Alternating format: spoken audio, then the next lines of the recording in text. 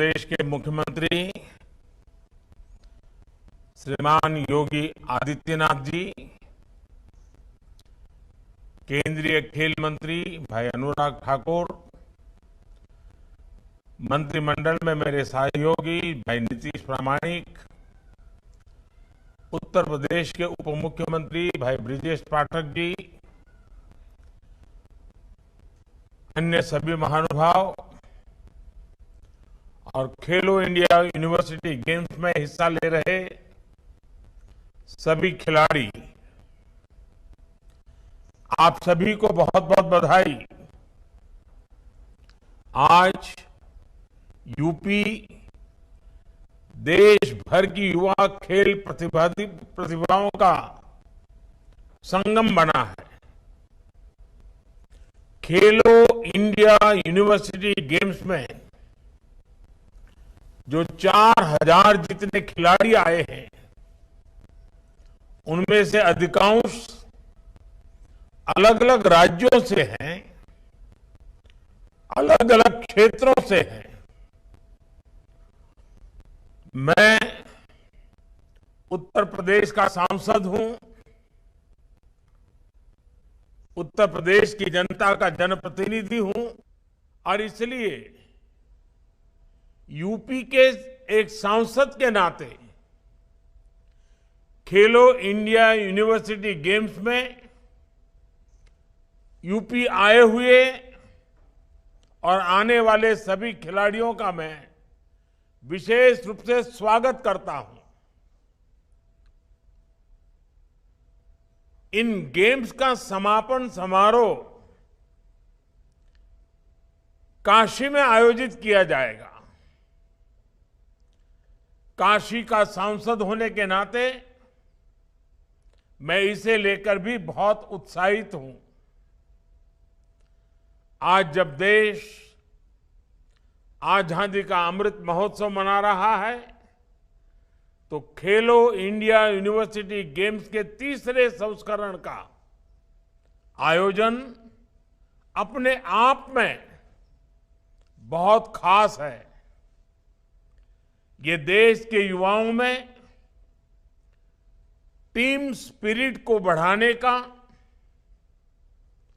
एक भारत श्रेष्ठ भारत की भावना को बढ़ाने का बहुत ही उत्तम माध्यम बना है। इन गेम्स के दौरान युवाओं का एक दूसरे के क्षेत्रों से साक्षात्कार होगा, परिचय होगा। यूपी के अलग अलग शहरों में होने वाले मैचेज में उन शहरों से भी युवाओं का एक कनेक्ट बनेगा। मुझे पूरा विश्वास है कि जो युवा खिलाड़ी खेलो इंडिया यूनिवर्सिटी गेम्स में हिस्सा लेने आए हैं, वो ऐसा अनुभव लेकर जाएंगे जो जीवन भर उनके लिए यादगार पल बना रहेगा। मैं आप सभी को आने वाली स्पर्धाओं के लिए बहुत बहुत शुभकामनाएं देता हूं। साथियों, पिछले 9 वर्षों में भारत में खेल का एक नया युग शुरू हुआ है। ये नया युग विश्व में भारत को सिर्फ एक बड़ी खेल शक्ति बनाने भर का ही नहीं है, बल्कि ये खेल के माध्यम से समाज के सशक्तिकरण का भी नया दौर है। एक समय था जब हमारे देश में खेलों को लेकर एक उदासीनता का ही भाव था। स्पोर्ट्स भी एक कैरियर हो सकता है, ये कम ही लोग सोचते थे और इसकी वजह थी कि स्पोर्ट्स को सरकारों से जितना समर्थन और सहयोग मिलने चाहिए था, वो मिलता नहीं था। ना तो स्पोर्ट्स इंफ्रास्ट्रक्चर पर उतना ध्यान दिया जाता था और ना ही खिलाड़ियों की जरूरतों का ध्यान रखा जाता था। इसलिए गरीब और मध्यम वर्ग के बच्चों के लिए, गांव देहात के बच्चों के लिए खेल में आगे बढ़ पाना बहुत मुश्किल था।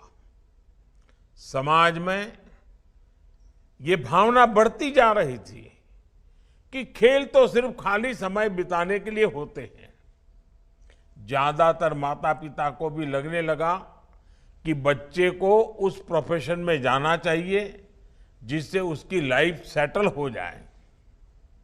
कभी कभी मैं सोचता हूं कि सेटल हो जाने वाली मानसिकता की वजह से न जाने कितने महान खिलाड़ी देश ने खो दिए होंगे। लेकिन आज मुझे खुशी है कि खेलों को लेकर माता पिता और समाज के दृष्टिकोण में बहुत बड़ा बदलाव आया है। जीवन में आगे बढ़ने के लिए खेल को एक एट्रैक्टिव प्रोफेशन के तौर पर देखा जाने लगा है और इसमें खेलो इंडिया अभियान ने बड़ी भूमिका निभाई है। साथियों, खेलों के प्रति पिछली सरकारों का जो रवैया रहा है उसका एक जीता जागता सबूत कॉमनवेल्थ खेलों के दौरान हुआ घोटाला था। जो खेल प्रतियोगिता विश्व में भारत की धाक जमाने के काम आ सकती थी, उसी में घोटाला कर दिया गया। हमारे गांव देहात के बच्चों को खेलने का मौका मिले, इसके लिए पहले एक योजना चला करती थी, पंचायत युवा क्रीड़ा और खेल अभियान। बाद में इसका नाम बदलकर राजीव गांधी खेल अभियान कर दिया गया। इस अभियान में भी फोकस सिर्फ नाम बदलने पर था। देश में स्पोर्ट्स इंफ्रास्ट्रक्चर विकसित करने पर इतना जोर नहीं दिखाया गया। पहले गांव हो या शहर, हर खिलाड़ी के सामने सबसे बड़ी चुनौती थी कि उसे स्पोर्ट्स की प्रैक्टिस के लिए घर से बहुत दूर जाना पड़ता था। इसमें खिलाड़ियों का बहुत समय निकल जाता था। कई बार दूसरे शहरों में जाकर रहना पड़ता था। बहुत से युवा तो इस वजह से अपना पेंशन तक अपना यानी इस प्रकार का जो उनका जब पैशन था, उनको करने का जो मूड था, उसको भी छोड़ने के लिए मजबूर हो जाते थे। हमारी सरकार आज खिलाड़ियों की इस दशकों पुरानी चुनौती का भी समाधान कर रही है। अर्बन स्पोर्ट्स इंफ्रास्ट्रक्चर के लिए जो योजना थी, उसमें भी पहले की सरकार ने 6 साल में सिर्फ 300 करोड़ रुपए खर्च किए, जबकि खेलो इंडिया अभियान के तहत हमारी सरकार स्पोर्ट्स इंफ्रास्ट्रक्चर पर करीब करीब 3000 करोड़ रुपए खर्च कर चुकी है। बढ़ते हुए स्पोर्ट्स इंफ्रा की वजह से अब ज्यादा खिलाड़ियों के लिए खेल से जुड़ना आसान हो गया है। मुझे संतोष है कि अब तक खेलो इंडिया गेम्स में 30,000 से अधिक एथलीट्स हिस्सा ले चुके हैं। इसमें भी 1,500 खेलो इंडिया एथलीट्स की पहचान करके उन्हें आर्थिक मदद भी दी जा रही है। इन्हें आधुनिक स्पोर्ट्स एकेडमीज में टॉप क्लास ट्रेनिंग भी दी जा रही है। 9 वर्ष पहले की तुलना में इस वर्ष का केंद्रीय खेल बजट भी 3 गुना बढ़ाया गया है। आज गांवों के पास भी आधुनिक स्पोर्ट्स इंफ्रास्ट्रक्चर विकसित हो रहा है।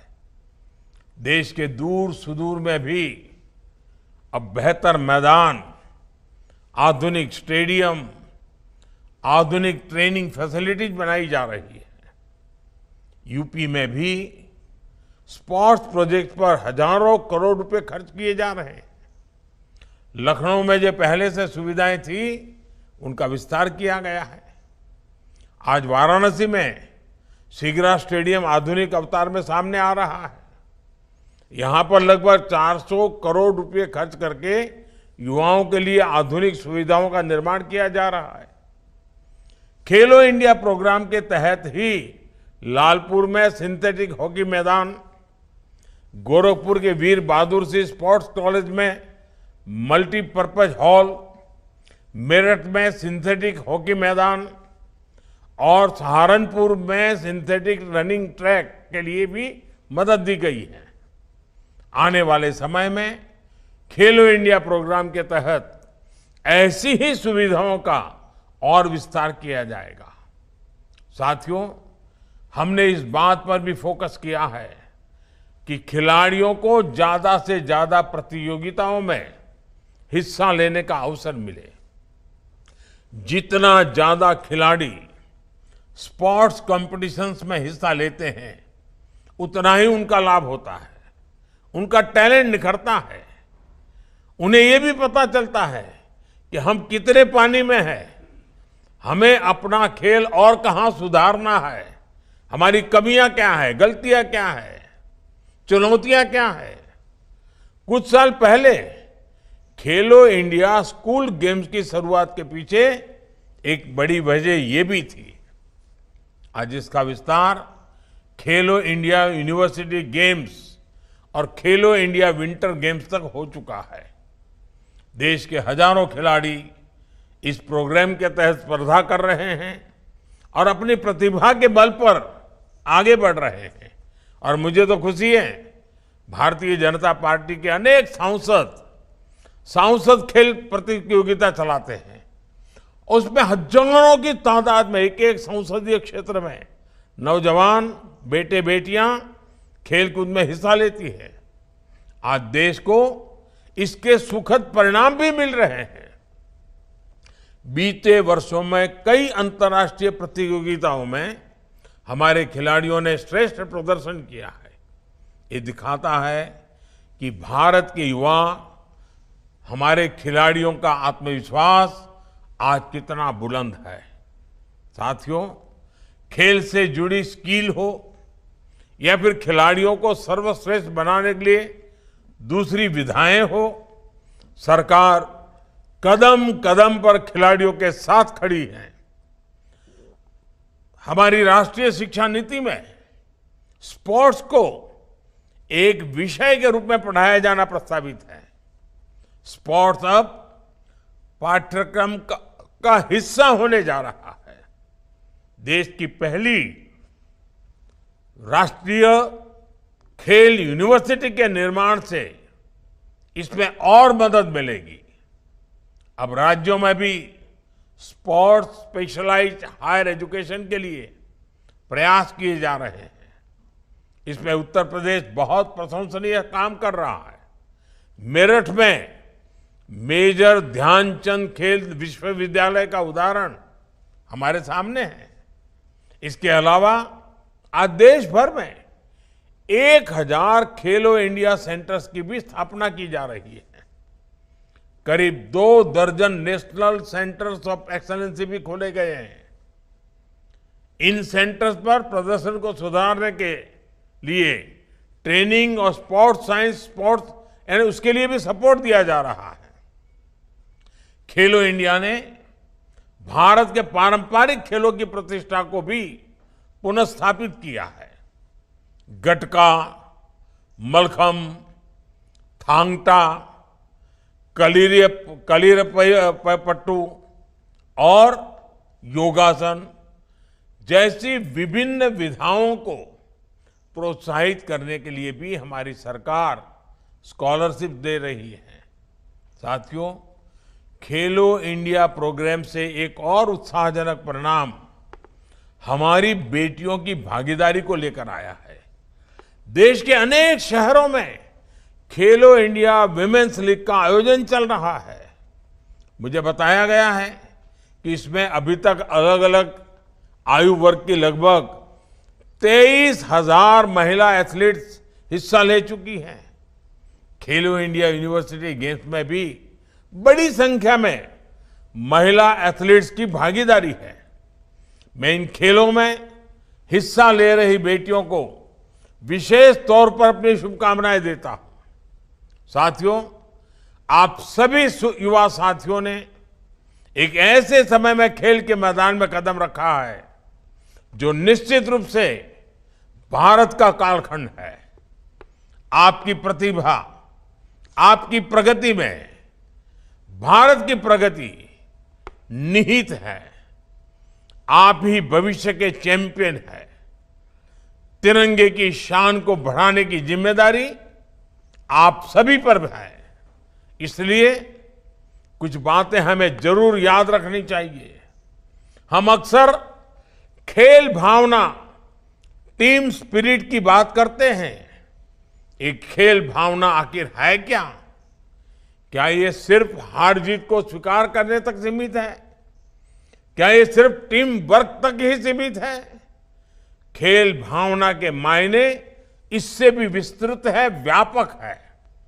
खेल निहित स्वार्थ से ऊपर उठकर सामूहिक सफलता की प्रेरणा देता है।